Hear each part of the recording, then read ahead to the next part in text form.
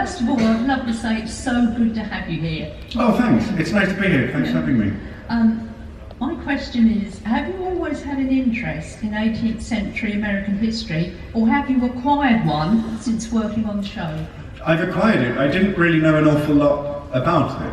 The American War of Independence wasn't one that we really learned at school, because it's one we lost.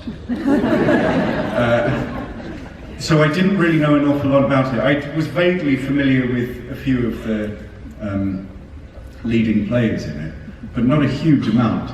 And actually a lot of Americans, and a lot of the rest of the world, seem to be very down on American history. The Americans are very tough on themselves and self-deprecating about their history because they're such a young country. But actually in such a short time, it's really full of so many interesting characters and events. And just in the 30, 40 years that we span in the flashbacks, you've got, I mean, Ben Franklin on his own is fascinating. And his almanac and his writings are really incredible. And he was a respected man around the world when he came over and became very good friends with Samuel Johnson over here, who wrote the first dictionary. You know, an amazing man, one of the greatest Englishmen, was a huge admirer of Franklin, and then he went to France and probably caught lots of diseases. You know, he was greatly admired around the world, and I think he was one of the oldest of all of them. And you know, there were these men. The founding fathers were young. They were men in their 30s who were saying, "We've had enough of having to pay so much for tea." And so, you know, they fought a revolution. And that is amazing to begin with, that these 30-year-old men, they were young and they had big ideas and they fought for it. What a great start for a story. And so, yes, I have got an interest in it now. Thank you for coming. We have a question from a gentleman here, just a few rows back. Hello, Tom. Just wondering if you think, with the music being sympathy for the devil, in the closing moments, spoiler alert, sorry everybody, that you think it could be the devil waiting for you in Washington DC? Oh, well, perhaps. There was a line from the Mill's father, who said a lot of them have lost their way, but they're good men. Well, I mean, you might be right. You might be right with that idea. On the subject of sympathy for the devil, I was told, and I hope it's true, that anything that wants to use the Stones' music when they try and get the rights, it has to be personally cleared by Mick. And I love the idea of Mick Jagger watching the Sleepy Hollow pilot and saying, "Yeah, you can take sympathy for the devil." That's quite cool if that's true. Tell everyone it's true. We have a question from a lady here. Hi. Hello. My question's, we all know that Ichabod gets confused by the modern world. I was wondering, as a British actor working in America, is there anything uniquely American that has surprised or confused you? The producers, one of the producers, Heather Caden, and the creator, Phil Isco, during the pilot, said their happiest memory was watching me from afar as I look at all of the American sweets on the counter. And they baffled me then, and 3 years later I'm still baffled by all of them. I have no idea what any of them mean. And the list of ingredients on the back is huge, and I don't want to eat things that I can't pronounce. And there's far too much of that. That baffled me. Orlando Jones baffled me.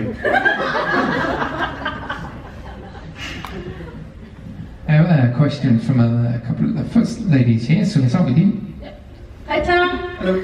I wanted to ask, with the relationship between Ichabod and Abby being so special, is there a way that you would like to Ichabod grieve for Abby, or I don't know, eat the whole box of chocolates or something like that? So with a bottle of wine, a box of chocolates, maybe something like that. Yeah. Is there something that you want to do about it? Well, yeah, I think that was something that I missed with the time leap, where we missed Ichabod getting over Katrina and Henry.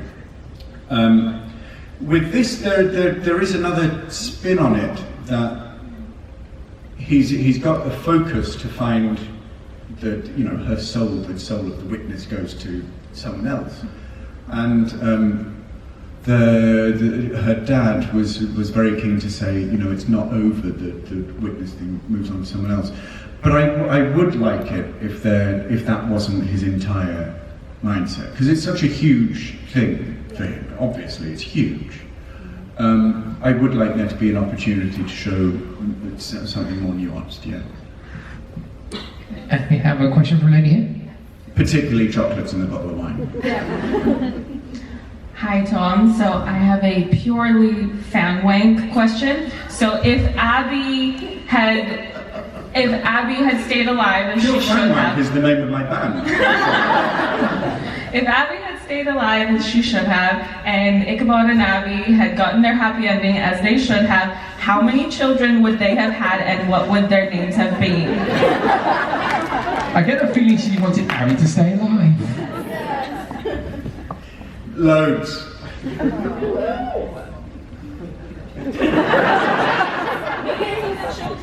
Names all called Ichabod. So the girls would be also Ichabod? They're all daughters. I have a question from a gentleman here. Hi, what's your favourite breakfast cereal? We're going deep now. Cocoa Pops. It was always Cocoa Pops. Always. Since a lab till now. For the milk. For the milk at the end. Right, so anyone else have a question that's not breakfast cereals? Children, how many children they might have, or anything else related? Question here, madam. Yeah. Hi, Tom. How did you like the crossover with Bones? I loved the crossover with Bones. It was an episode that when I was told about it, I thought, no, terrible idea. But I think it worked rather nicely. In fact, our half of that, with the zombie General Hal, I think might have been my favourite of the last season. I really loved it. They were a really nice bunch. The Bones actors are just so lovely. And they've been doing, I think they're about to do their 12th year. I think it's their last year. Yeah. It is. 12 years, I mean, that's a really long time. I was only 10 years old when it started. And you can tell that they've been working together for all that time, because it's so natural for them, it's so easy, and they love each other's company still. And so it was just a delight. I'd gladly do it again. They have really good catering. We have a question from a lady on the second row. Hi, as you're a big fan, how did you find the new Star Wars movie? Oh, I really enjoyed it. There were some very nice surprises, I thought, and some very nice callbacks. I liked it. I'm really looking forward to Rogue One. I think the trailer of that looked amazing. The storming a beach. Star Wars, they're storming a beach in the trailer. I think they're called AT-ACTs, these new ones. And they look excellent. And what a brilliant cast. I will watch anything with Ben Mendelsohn. He's such a fantastic actor. If anyone hasn't seen Bloodline, a show on Netflix, you should, because it's one of the best shows of the last several years. It's brilliant. The acting is amazing. Ben Mendelsohn, I first saw in a film years ago, an Australian film called Animal Kingdom, and he frightened the piss out of me. And he's frightened me ever since. So to have him as a Star Wars villain is amazing. I'm excited. Who would you, if they'd said to you, Tom, we want you on Star Wars, who would you be on the side of the Jedi or on the side of the Empire? Who would you think you'd do? With this beard, love, I'm a Jedi, it's a Jedi, isn't it? It could be. I have, thank you very much. She gave me a picture earlier of my face on as a Jedi. It's not spooky at all.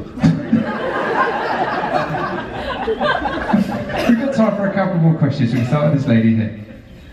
How did you get the part in Sleepy Hollow?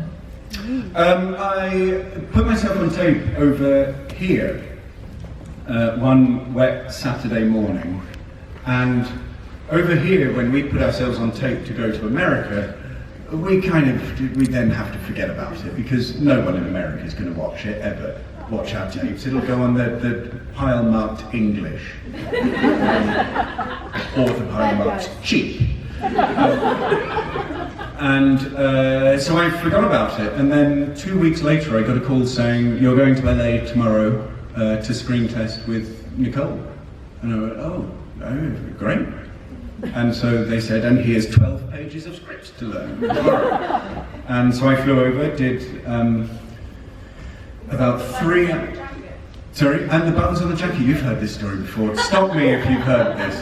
You've heard it. I'll stop. And I flew over, and there was about 3 hours of me with Len Wiseman and Alex Kurtzman and Heather Caden, the producers, and Len directed the pilot, which was just, I mean, that would have satisfied me, just having the 3 hours. And then Nicole joined us for another 2, so it was a 5-hour audition. I really needed a wee. So yeah, 5 hours of playing around with them, and I left and I thought, this was a really nice free trip to Los Angeles, but there's not a chance in France that I'll get it. I thought, no, it's not going to go to me. So I went around the corner and I had a big burger and chips and a beer, because I knew that's what you're not allowed to do in Los Angeles. And an hour after I left, I got a call from my agent saying they've offered it already. So 2 weeks after that, we were shooting the pilot. Were you hesitant about taking the role? Was I hesitant about taking the role? No, I had rent to pay. No, it was one of the, without getting too mystical and wanky actor, there You have to move to the United States. hesitant about moving to the United States. Well, no, and this is very common with American TV shows, I didn't think it would get beyond the pilot. Really? I thought with an actor that they don't know, playing Ichabod. That's good. And with Nicole, who's more known in indie film circles, I thought the chances of it going to series are very slim.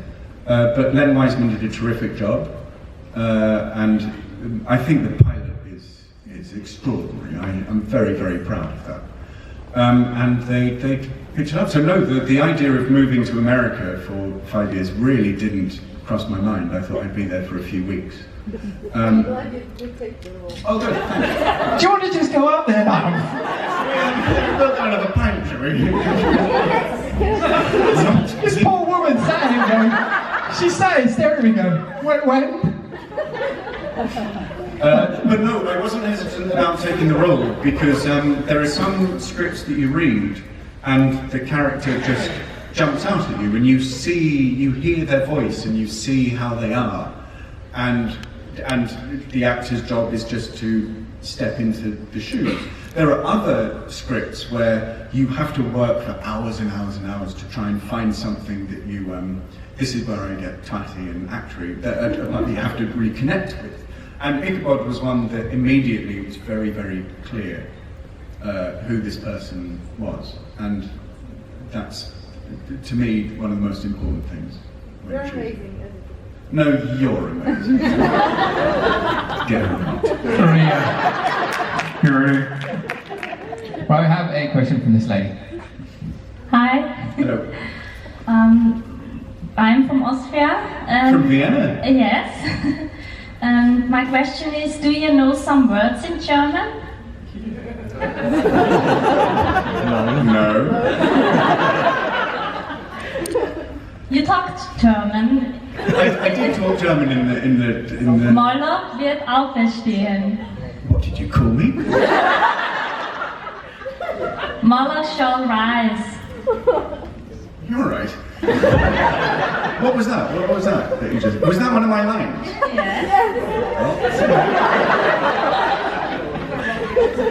What does that mean?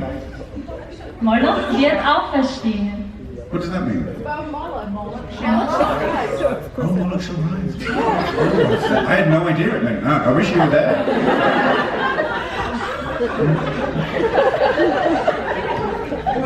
She's rolling her eyes again. Right, we've got time for one final question, and it's not from the lady at the front. It's from this lady here. Hi. With the kind of fan reaction to the ending of the last series being interesting and a bit, I think probably fair to say, mixed, does that give you any sort of worries about the future of the show, or are you going into it with kind of some trepidation or anything? I'm not on Twitter anymore, so I didn't feel the brunt of it, but I've been told a lot about it. And a friend of mine took great pleasure in forwarding lots of the things written. Yes, of course. I mean, nobody wants to do work that annoys people. My voice does that enough. Yeah, of course. There's you do wonder when there's a very public backlash, and I know that a lot of media outlets, journalists wrote about that as well. Of course, you don't want to go into a new season with any kind of negativity. I think you just have to pull your socks up and get your head down and plough into it. I know that the writers go back into the writers' room in a couple of weeks. I think June the 6th, and I'm eager to find out what they'll be doing to try and win those naysayers over. Get a puppy. Get a puppy. What a terrier. So yes, that will be interesting. That'll be very interesting to see what the response will be like at the beginning of next year. Yeah, of course it's on my mind. Yeah. Ladies and gentlemen. Thanks for ending it on such a light note. Well, ladies and gentlemen, I'm sure we all want to do one thing and give Tom a big, massive round of applause and show of support for what will be an amazing season weekend. Please keep it going for ladies and gentlemen, Tom Mison.